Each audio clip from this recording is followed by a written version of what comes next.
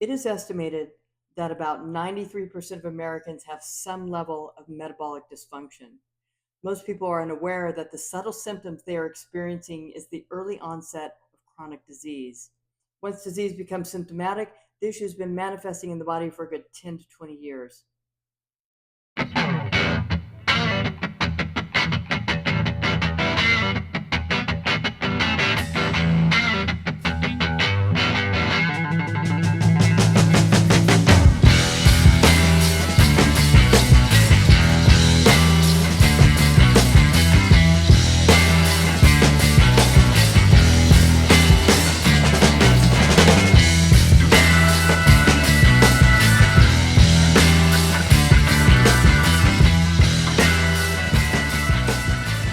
Welcome to The Controversial Truth, where we bring you content on health and medical science that nobody would ever tell you until now.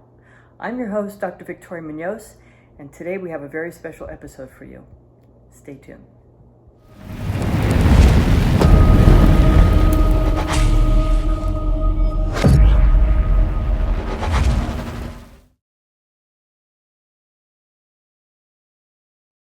Allow me to introduce myself. I am Dr. Victoria Munoz. I'm a naturopathic medical doctor who specializes in regenerative medicine, metabolic health, and athletic performance.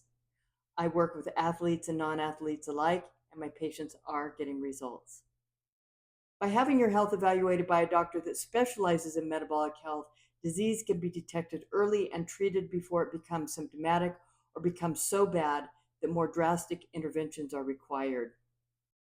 Some vague symptoms you might be experiencing are brain fog, fatigue, insomnia, abnormal weight gain, hair loss, joint pain, back pain, low mood, low drive or enthusiasm, depression, anxiety, and the list goes on. Once metabolic dysfunction becomes more advanced, symptoms become more pronounced, and this collection of symptoms becomes what is known as a diagnosis. Conventional medicine will approach this by prescribing pharmaceutical drugs to suppress the symptoms. The patient will be told that there is no cure for their disease and that they will be required to take the prescription drugs for the rest of their lives. Let's back up a moment and talk about why the modern healthcare system has been designed to keep you sick.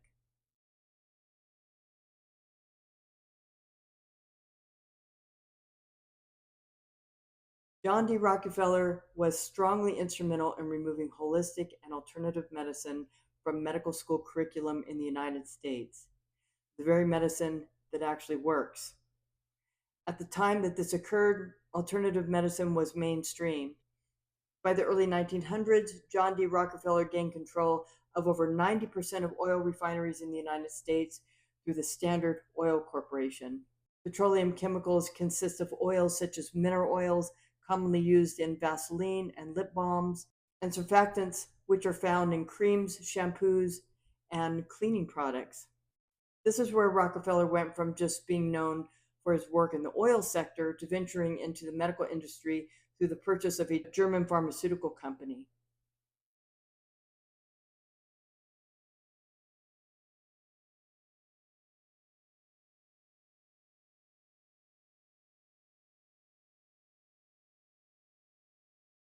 Once he had ventured into the medical sector, it opened doors to continue with his plan to not only monopolize the petroleum sector, but to capitalize on medicine.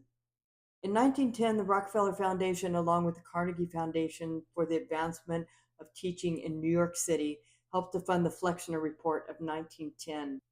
This was authored by a man named Abraham Flexner. Flexner was commissioned by the Council on Medical Education, which was created by the American Medical Association. The intentions of this report were to help evaluate and potentially restructure medical education in the United States, and that's exactly what it did.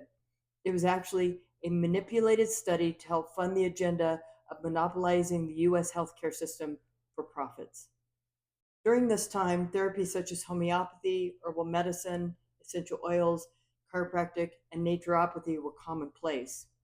The 1910 Flexner Report concluded that these natural healing modalities were unscientific quackery.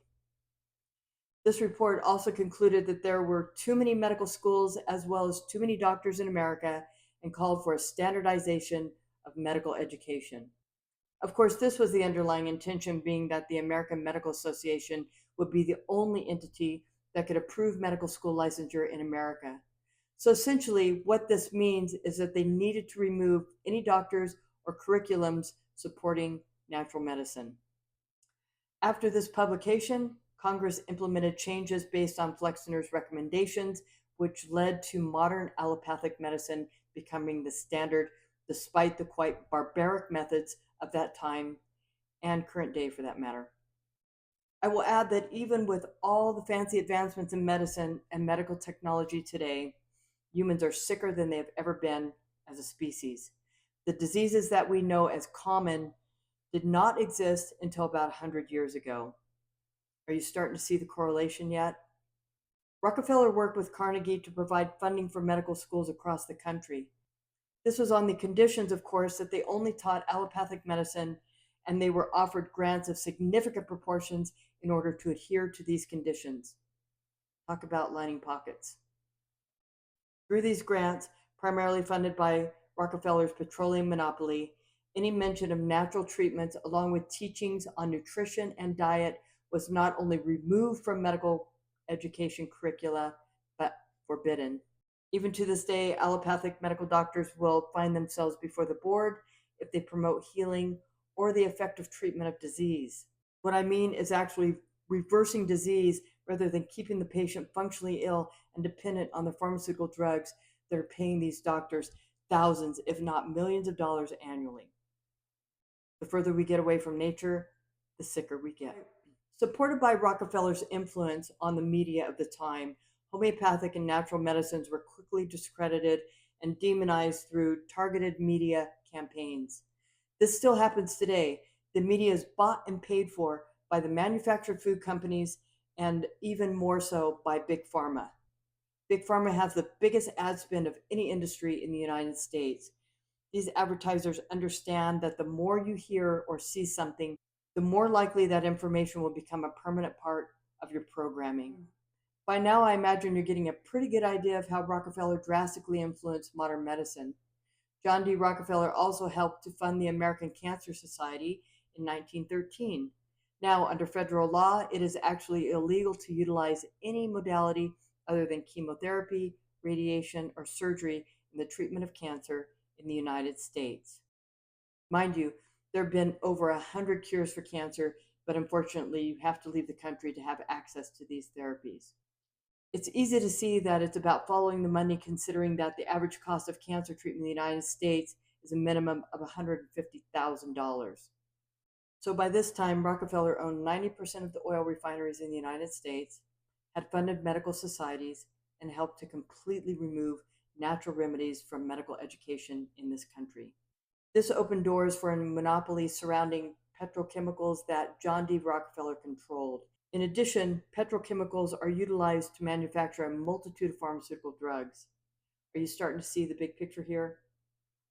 For centuries, cultures around the world have utilized homeopathic medicines, including essential oils, chiropractic therapies, naturopathy, energy healing, and others, with great efficacy and little to no side effects. Something that cannot be said about modern therapies. We're basically working with the body's natural ability to heal.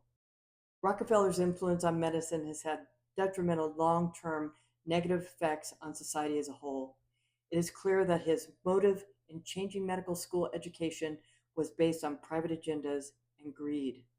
Modern medicine and the John D. Rockefeller support of the 1910 Flexner Report, as well as its influence on helping to shift medicine away from natural therapies, has done and continues to cause detrimental harm. Pharmaceutical drugs and allopathic medical interventions are the number 3 cause of death in the United States. This is not based on medical error.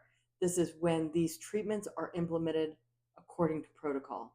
Natural medical associations and naturopathic medical doctors have had to fight the good fight to be able to bring you the best medicine in the world. The medicine that is actually removing the barriers to healing, reversing disease, and getting people better. This is the real medicine, the medicine that actually works. So when we talk about metabolic health, there are a few things to understand. There are fundamental truths to how the human body works and what is required for homeostasis or balance. By understanding these principles, myself as a doctor can start the patient with foundational healing protocols. This would include a combination of cleaning up the diet, getting movement back into the body, removing environmental toxins, and state of mind, just to name a few.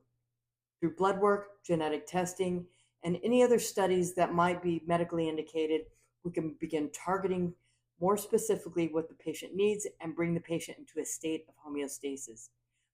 This is our goal. And by doing so, the body begins to heal. It's a matter of removing the barriers to healing and addressing deficiencies. Human biology and biochemistry are very complex, and there is no way that myself as a doctor could teach this in its entirety in a single office visit. However, it's important to understand that by utilizing this knowledge, I'm able to see the bigger picture of the patient's current health status. By understanding these metabolic pathways and chemical processes, I am able to take clinical findings and apply them to each individual patient. Not every patient will need the same approach to healing.